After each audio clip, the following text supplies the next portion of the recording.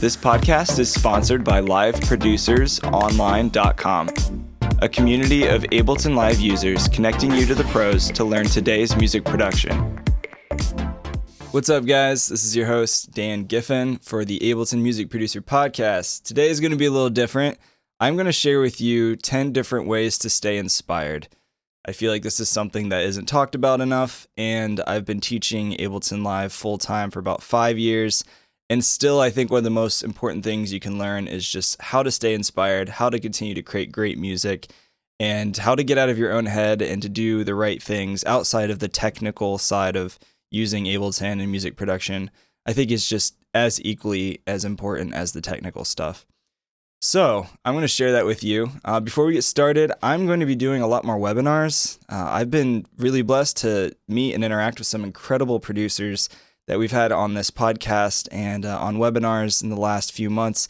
But, I've had people contact me saying, Dan, when are you going to start teaching some stuff? And so now I am. There you go. I'm going to be doing some webinars. I've got one coming up in a couple weeks on how to mix fat drums in Ableton, specifically electronic drums, how to organize your sound library with Ableton. I'll be sharing my favorite instruments. You just go to liveproducersonline.com/webinars, liveproducersonline.com/webinars. That's enough promo for now. Just wanted to share that with you. If you'd like to see me on the other side and we can see each other's faces, and it'll be great. I'll be doing a lot more of those. But anyway, let's just dive in. These are different things that I've personally learned and applied and have adopted for myself to create the greatest tracks. Whenever I make my best music, I'm doing these 10 things. So I just wanted to share this with you guys, and I really hope it's helpful for your own music production and workflow. Ways to stay inspired. Number 1, take care of your health. I feel like this is kind of a no-brainer, but it's worth saying. Whenever you take care of yourself and you're not just smashing Twinkies and Doritos every day, and you sit a lot in a dark studio, it really goes a long way.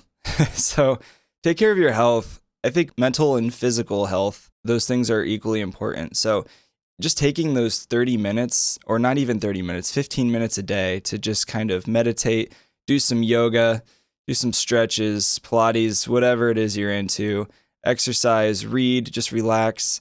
And that goes a long way when it comes to making music later, because you'll be in the right frame of mind. So take care of your health, do that, and it'll help. Ways to stay inspired. Number 2.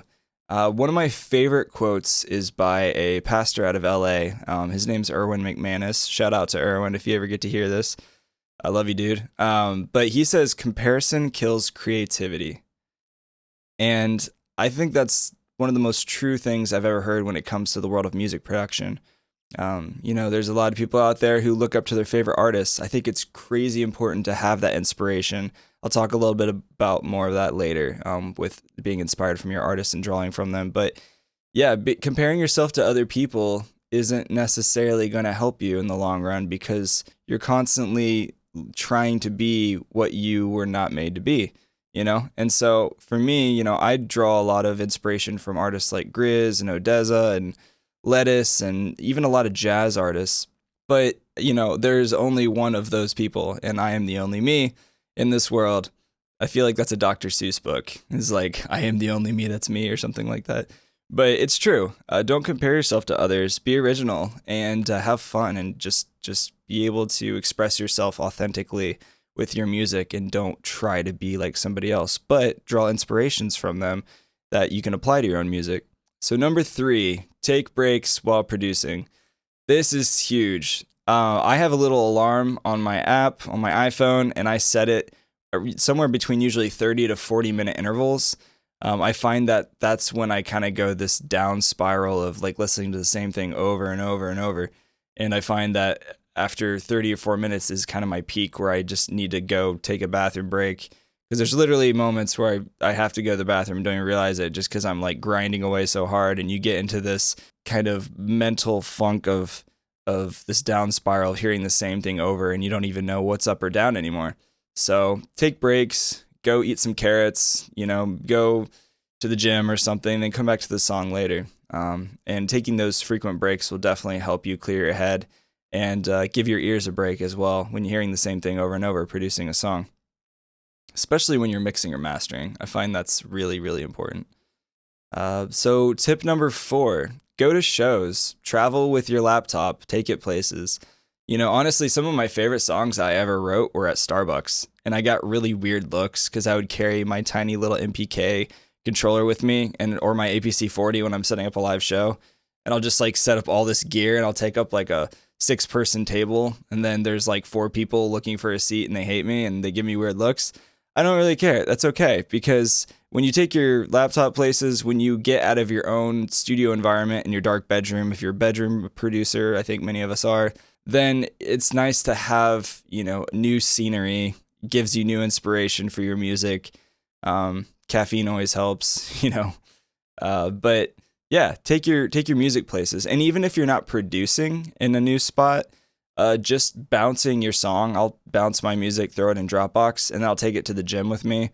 Or when I'm driving in my car and referencing, you'll hear things or have new ideas in new environments that you wouldn't normally when you're hunched over in a dark room over your laptop in your bedroom. So that's a tip. Go to shows, see some new artists, draw inspirations from them. Going to concerts, you're going to have a new frame of mind coming back, and you'll be inspired to make better stuff. So try that. Way to stay inspired, number 5. Reference half-finished songs. That kind of is what I already just said. But yeah, referencing your music in different places is huge. One thing I like to do, and I encourage you guys to try, is surround yourself with, say, 2 or 3 of your closest friends. Maybe it's like driving to the bar on the weekend or something, and play a song that maybe you haven't completely released yet, and it's maybe close to finished, but you're like on the fence, because there's going to be songs that you're kind of like, is this really great? Should I release this? We've all had that moment. So surround yourself with like 2 or 3 friends in a car. Don't tell them it's your music, and basically play it for them and be like, yo, I found this new artist. Check it out. Tell me what you guys think. And then just really feel the vibe. It's amazing what you pick up in that moment that you normally wouldn't just listening to that song on your own. And literally just kind of feel the energy in the room and see if people start to vibe with it. Then hey, this song's a bop. It's good. I'm gonna release this. Maybe there's a point where you just kind of feel awkward and you're like, man, that dropout was way too long, and the energy was just completely lost in the song. And when you start doing that and you listen to your music unreleased with friends, maybe they'll be like, hey, dude, this song's super dope. Who is this? Then you can be like, hey, it's me. And then they'll be like, nice. And they'll share it. Maybe they're like, yeah, I don't know. And then they'll play another song. And then, maybe that's not something I should release. But if you trust those friends' musical taste, that definitely is important. So try that. Number 6. And I know some people are probably going to hate on me for this, but I don't care. I would say get Spotify or Apple Music or whatever else it is that you stream. Spotify's algorithms are really good. I find that my Discover Weekly playlist is usually on point the more I'm listening to music on Spotify. Like I said, if Apple Music works for you, Pandora, whatever you're into, listen to more music and find new artists, and that'll draw new inspiration for you to write some new stuff, and you'll get new ideas. So definitely try that. Number 7, collaborate with other artists and instrumentalists. This is huge. Like for me, my artist name is Philia, Philia. Philia Music. You could find me on Instagram and all that other stuff. Shameless plug. But my music started getting a lot more traction, and I found I was getting a lot better feedback when I started collaborating with other instrumentalists. One of my friends, Curtis, I found him through some other friends actually going to a show, and I marched up to him. I was like, man, you're an amazing saxophone player. Like, let's jam, and he came over, and now he's playing most of the Philia shows that I've got coming up, and it's been awesome. And I'm producing half the track, and I'll bring him over, and he'll throw down some different takes, and then I'll build off of that in Ableton, and it's a lot of fun. So don't feel like you have to produce everything all the time yourself. Collaborating with other people, you're going to get new ideas. Find people you trust, people that are really talented, that you admire their skills, and get them to hang out and just do some tracking and have fun with it. You'd be amazed with how much farther your productions go and the new ideas and the creativity that happens collaborating with people. Number 8, get the right gear. This is really subjective. because of the kind of music you produce, kind of sound you're going for, blah, blah, blah. Personally for me, I'm a drummer and I use a Roland SPD. And I love that thing for live performance. But to be really honest with you, I don't really produce with it in the studio that much. I find finger drumming with the Push 2 gives me quicker results. The Ableton Push 2, I'm sure you guys have heard of it. It's wonderful for finger drumming. I love that thing. But I'm a drummer, so I actually play acoustic drums live and that Roland SPD electric drum pad when I play on stage. But producing is a different game. So I have that, and then I have a Moog Sub 37 and an Arturia MIDI keyboard that I play as well. So find the toys that work for you. You don't need to go out and buy a bunch of expensive plugins and gear, but just buy the minimal amount that you need on your budget and get really, really good at that. If you have questions about gear, if you join the Live Producers Online membership, it doesn't matter what plan, free, basic, or pro, I don't care. If you join, I'd love to have you part of our private Facebook group, and there's other producers in there, and myself is in there. And if you have questions about gear or anything related to music production, myself and other people would love to help you. So if you join the membership, you'll get an email and a link to join the private Facebook group if you have questions about gear. But all that to say, get the right gear. Laptop producing can be frustrating when everything you do is just on a laptop. Get a small MIDI keyboard, whatever it is, so you can produce. That goes into ways to space. I can't even talk. Let's try that again. That goes into ways to stay inspired. Number 9, which is to practice.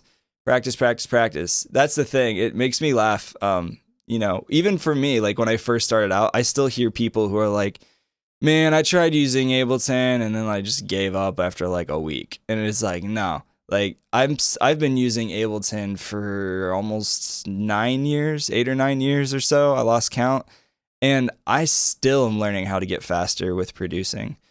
Shortcuts are everything. So learn the shortcuts. When you work faster, you're going to stay more inspired because you get results quicker, and that's always a good day.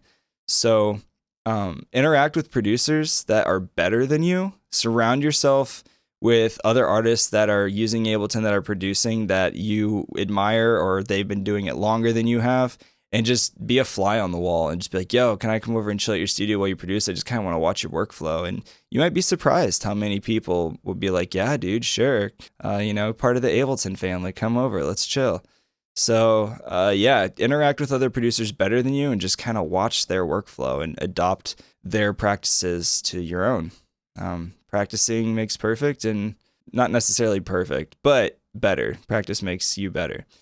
Music theory also really helps with that. While we're on number 9, I would say definitely learn some music theory. To be honest with you guys, my music theory is subpar. I know enough to be able to act like I really know what I'm talking about, but I know so many producers that are next level music theory, and it puts me to shame. But there's a lot of toys and things, like with the Ableton Push 2, you can lock in all your tracks to a certain scale, which is awesome. There's a device called Holy Scale that you can use that it has a bunch of macro knobs mapped, and so you can quickly just play any chord you want and just change the chords really quickly with the macro knobs, so you're always locked in on every track. It's a really great device you can just drop on there. It's in the downloads of Live Producers Online for basic and pro members. Also, Ableton's scale device is cool. That's free. Just grab it. It's in the MIDI effects folder, and that thing's pretty beautiful. So try that out.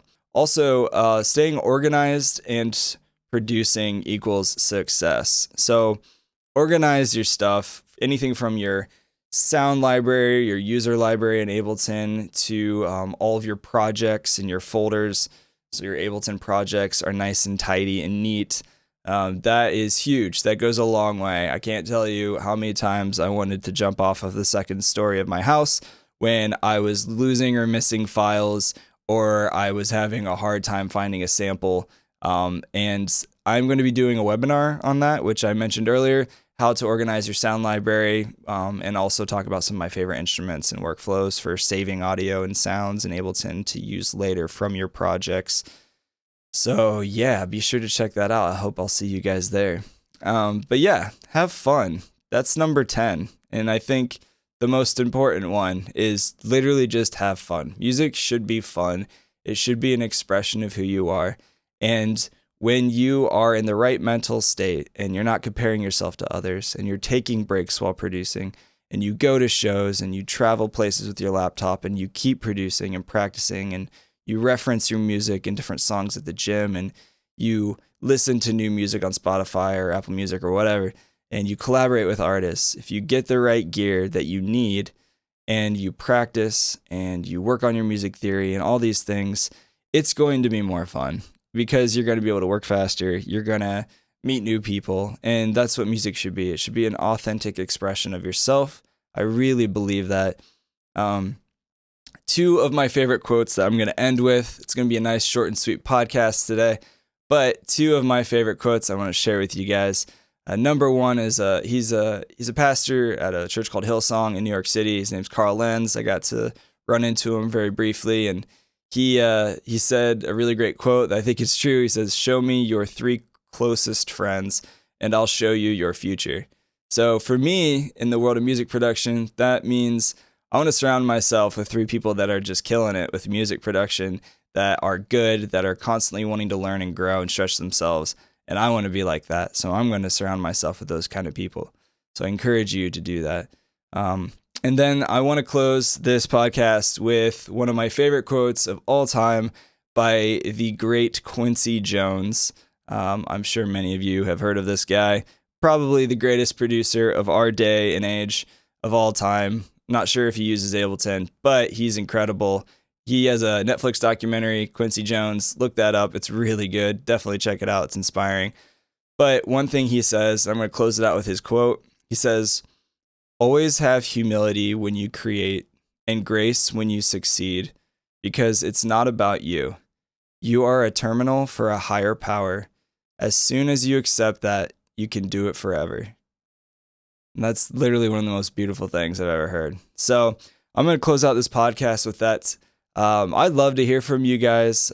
Like I said, I'll be doing some more upcoming webinars. And if you join the basic or pro plan and the Live Producers membership, you can watch all webinar replays. Only members that are basic or pro can watch webinar replays. But yeah, would love to meet you guys. If you want to see upcoming webinars, go to liveproducersonline.com/webinars. Love you guys. I'd love to hear what you think about this podcast. You can feel free to hit me up at dan@liveproducersonline.com. Join the membership. Doesn't matter what membership. You'll get access to the private Live Producers Facebook group, so you can interact with me and other artists, ask questions, blah, blah, blah. You can follow me on social if you'd like to at my personal artist page, Philia, Philia Music. I'm on Instagram, so hit me up there. Doing some Insta stories and stuff. I'll talk to you soon. Hope to see you soon. Stay inspired and create some great music out there. See ya. This podcast is sponsored by liveproducersonline.com, a community of Ableton Live users connecting you to the pros to learn today's music production.